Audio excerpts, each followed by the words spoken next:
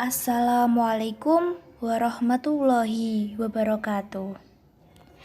Bagaimana kabar kalian semua? Semoga kalian semua dalam keadaan sehat walafiat dan tetap semangat untuk belajar. Sebelum pelajaran dimulai, mari kita mengucapkan basmalah bersama-sama. Bismillahirrahmanirrahim. Pada hari ini kita akan membahas ilmu pengetahuan sosial kelas 8 semester 1. Dan pada hari ini materi kita adalah tentang pengertian, faktor pendorong, dan penghambat kerjasama antar negara ASEAN. Yang pertama kita bahas adalah mengenai pengertian kerjasama. Menurut Kamus Besar Bahasa Indonesia, kerjasama merupakan kegiatan atau usaha yang dilakukan oleh beberapa orang atau lembaga, pemerintah, dan sebagainya untuk mencapai tujuan bersama. Negara-negara yang tergabung dalam ASEAN membentuk ASEAN untuk mencapai tujuan bersama. Tujuan-tujuan tersebut antara lain yaitu yang pertama adalah untuk mempercepat pertumbuhan ekonomi. Yang kedua, untuk menjalin kerjasama di bidang sosial dan kebudayaan. Yang ketiga yaitu untuk meningkatkan perdamaian dan stabilitas di kawasan Asia Tenggara. Selanjutnya yang akan kita bahas mengenai faktor pendorong kerjasama antar negara ASEAN.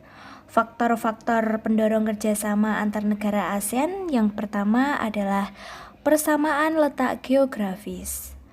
Persamaan letak geografis merupakan faktor pendorong terbentuknya ASEAN karena letak geografisnya yang berdekatan.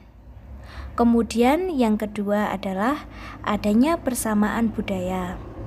Nah, negara-negara di kawasan Asia Tenggara memiliki nilai-nilai budaya yang serupa yang khas dengan negara timur. Yang ketiga adalah sama-sama pernah dijajah oleh negara asing.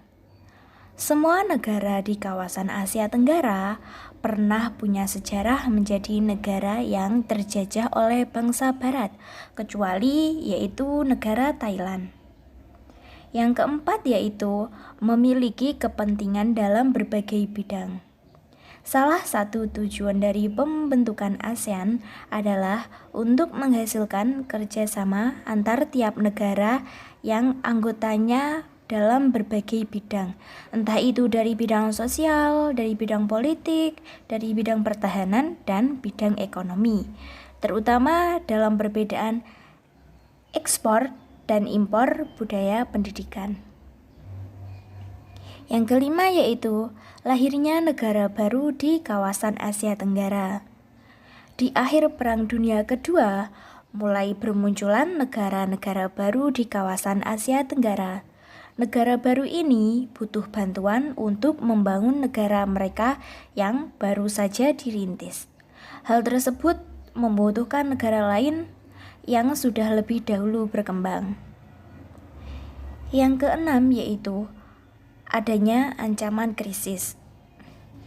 Pada saat itu, gerakan komunis berusaha menguasai Vietnam, Kamboja, dan Laos sebagai akibat dari krisis Indo-Cina. Negara-negara di sekitarnya tentunya akan kalah kuat jika harus menghadapi kondisi itu sendiri-sendiri.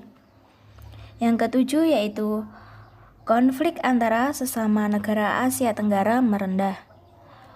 Beberapa konflik yang terjadi di kawasan regional ASEAN mulai terselesaikan dengan adanya keputusan untuk berdamai. Sehingga muncullah rasa perlu bekerja sama dengan negara tetangga untuk bisa meningkatkan kualitas hidup masyarakat di negara-negara asing. Selanjutnya kita akan membahas mengenai faktor penghambat kerjasama ASEAN. Faktor penghambat kerjasama ASEAN merupakan beberapa faktor yang menghambat terbentuknya kerjasama antar sesama negara ASEAN. Penjelasan faktor penghambat terbentuknya ASEAN adalah sebagai berikut. Yang pertama yaitu sempitnya dasar kerja sama. Yang kedua, kecenderungan untuk saling mencurigai negara lain. Yang ketiga yaitu pertentangan antar negara. Yang terakhir atau yang keempat yaitu bermunculan organisasi yang melibatkan beberapa negara di kawasan ASEAN.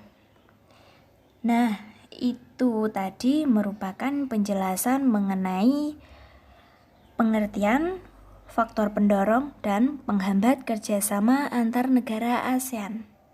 Semoga kalian semua bisa memahami materi tersebut. Jika ada kurang lebihnya, Ibu mohon maaf. Mari kita bersama-sama mengucap Alhamdulillah. Alhamdulillahirabbil alamin. Wassalamualaikum warahmatullahi wabarakatuh.